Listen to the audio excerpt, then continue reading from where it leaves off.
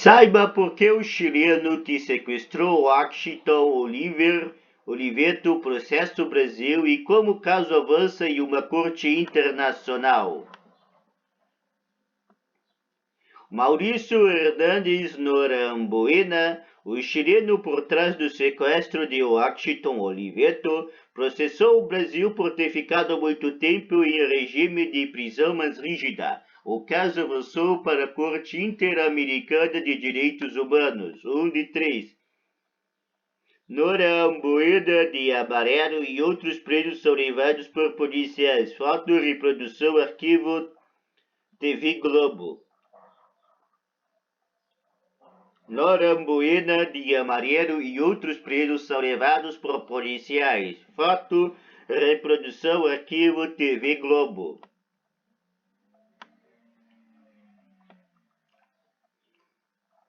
Os defensores do chileno Maurício Hernández Norambuena, ex-guerrilheiro que planejou o sequestro do publicitário Washington Oliveto, entregam na segunda-feira, dia 22, um conjunto de documentos para tentar convencer a Corte Interamericana de Direitos Humanos de que o Brasil violou os direitos humanos ao mantê-lo preso no regime disciplinar diferenciado, ou seja, a prisão solitária.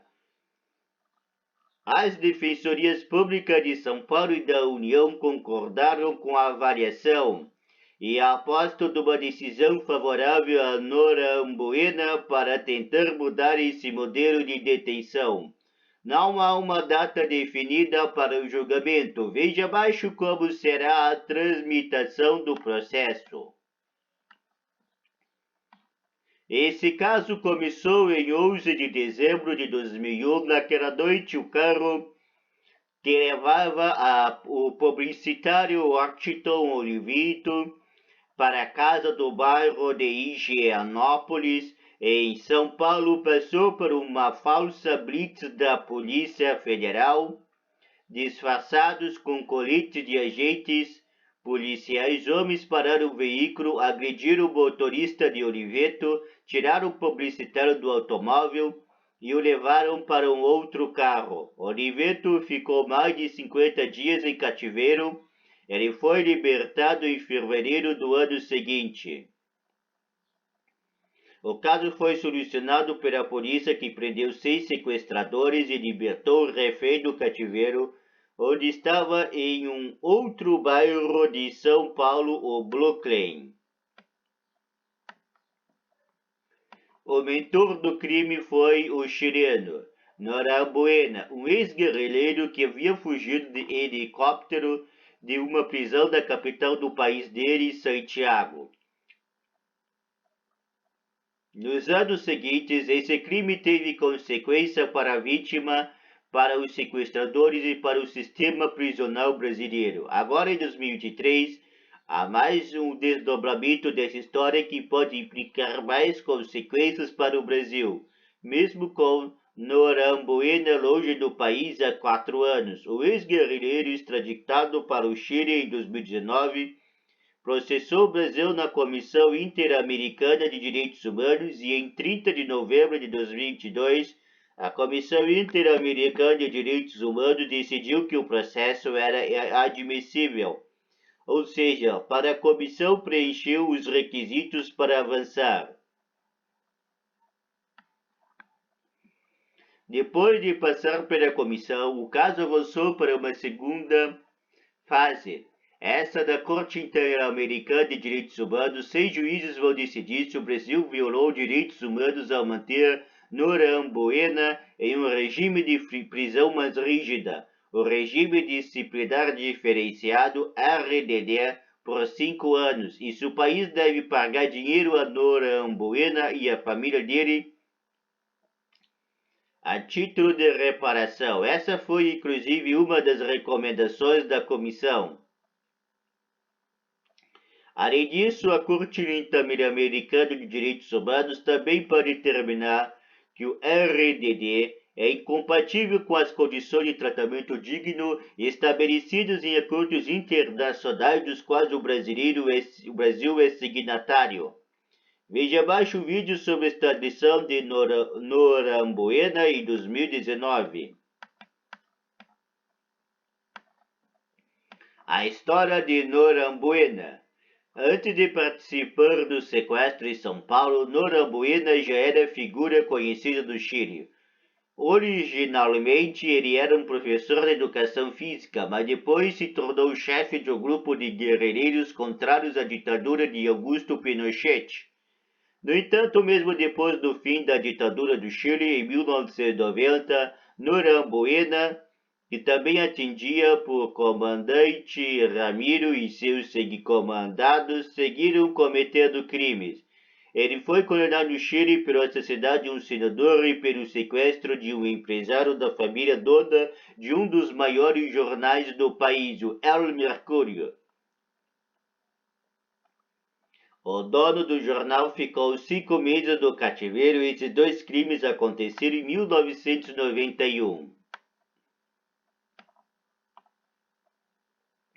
Norambuena foi preso do Chile, mas em 1996 conseguiu escapar de um presídio de segurança máxima da cidade de Santiago, no país. Essa é a fuga do século. Teria sido planejado com maquetes e foi usado um helicóptero para a ação. Depois disso, só se soube do paradeiro dele no Brasil, onde ele participou do sequestro de Washington Oliveto, sequestro do Brasil. O publicitário brasileiro ficou 53 dias em cativeiro. Os sequestradores queriam um resgate de 10 milhões de reais que nunca foi pago, 2 de 3. O publicitário Washington Oliveto, foto Gabriela Beló, futura pré-Estadão Conteúdo. O publicitário Washington Oliveto, foto Gabriela Beló, futura pré-Estadão Conteúdo. A polícia conseguiu descobrir uma chácara da cidade de Serra Negra, onde os sequestradores se reuniam. Os agentes foram até lá e prenderam 6 pessoas, Norambuena entre elas. O refém, no entanto, não estava lá. Norambuena então fez um acordo com a polícia. Uma nota do site do governo de São Paulo descreve a ação. Segundo os interrogatórios, o chileno facilitou a liberação de Washington Oliveto. O sequestrador fez contato com os encarregados do cativeiro de um telefone público e avisou o grupo que estava preso. Os comparsas deles então abandonaram o local. Sozinho da casa do bairro de Brooklyn, Oliveto começou a gritar por socorro. 2 vizinhas ligaram para a polícia, que chegou ao local e libertou o refém. O regime disciplinar diferenciado, o RDD, é o regime mais rígido do sistema penitenciário brasileiro. O preso ficou trancado 22 horas por dia em uma cela individual, monitorada por câmeras sem contato com visitantes. O chileno ficou nesse regime durante 5 anos, de fevereiro de 2022 até fevereiro de 2007. O chileno ficou nesse regime durante 5 anos, de fevereiro de 2002 até fevereiro de 2007. Depois disso, ele foi transferido para o sistema penitenciário federal. Ele passou por prisões das seguintes cidades: Catanduva, Paraná, Campo Grande, Mato Grosso do Sul, Porto Velho, Rondônia, Mossoró, Rio Grande do Norte. Os presídios federais têm regimes mais severos que a maioria dos presídios estaduais. O advogado que o representa, Felipe Nicolau do Macarmo, afirma que quando o cliente dele foi preso, o regime federal nem existia. Foi um sistema praticamente criado para ele, construído 4 presídios federais e foi um dos primeiros a ser transferido, diz Carmo. Como as condições do sistema federal são mais severas, ele diz que o cliente ficou quase 17 anos em isolamento. Esse tempo é incompatível com a legislação internacional. Esse regime aumenta o número de suicídios e de pessoas com transtornos, e o Norambuena ficou com sequelas e um dano insanável, afirma o advogado. Carmo diz também que o isolamento no Brasil não é compatível com as regras de Mandela. Uma série de determinações de como deve ser a prisões e das quais o país é signatário. Durante o cumprimento de sua pena, Norambuena esteve na mesma cadeia que o líder de uma facção que atua em presídios de São Paulo. O convívio teria feito com que essa facção mudasse sua forma de atuar, passando a adotar uma gestão mais descentralizada. Essa facção começou a se expandir para diversos tipos de crimes e está presente em grande parte do sistema penitenciário de São Paulo. A extradição para o Chile. Preso do Brasil, Norambuena também tinha condenações do Chile. Em agosto de 2019, ele foi extraditado. Então, com 61 anos, ele foi levado para a mesma prisão de alta segurança de Santiago, do qual ele fugiu de helicóptero em 1996. O advogado de Norambuena afirma que o tempo que ele ficou preso no Brasil não foi contabilizado de maneira correta para calcular qual a pena que ele deve cumprir no Chile. Esse será um dos pedidos que Carmo fará na Corte Interamericana de Direitos Humanos. O processo contra o Brasil. Os processos desse tribunal têm duas fases. A primeira da comissão já passou. Norambuena foi vitorioso, pois a comissão considerou o caso admissível. Agora o caso está na Corte. 33. Imagem de auditório da Corte Interamericana de Direitos Humanos. Foto reprodução @corte do oficial. Imagem de auditório da Corte Interamericana de Direitos Humanos, foto reprodução @corte do oficial. O advogado que representa Norambuena e a Defensoria Pública que entrou no caso como terceira parte interessada do caso protocolaram todo o material da Corte Interamericana de Direitos Humanos na cidade de São José, na Costa Rica.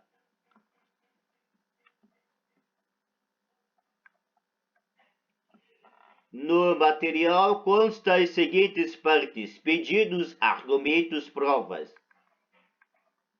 A Defensoria Giovana Ribeiro de Oliveira, coordenadora substituta da Coordenação de Apoio à Atuação do Sistema Interamericano de Direitos Humanos, explica o que acontece depois disso.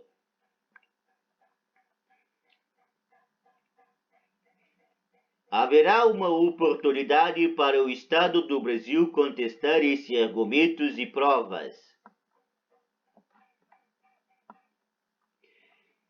Quem defende o Brasil é a Advocacia Geral da União, AGU. A AGU só será citada depois que o material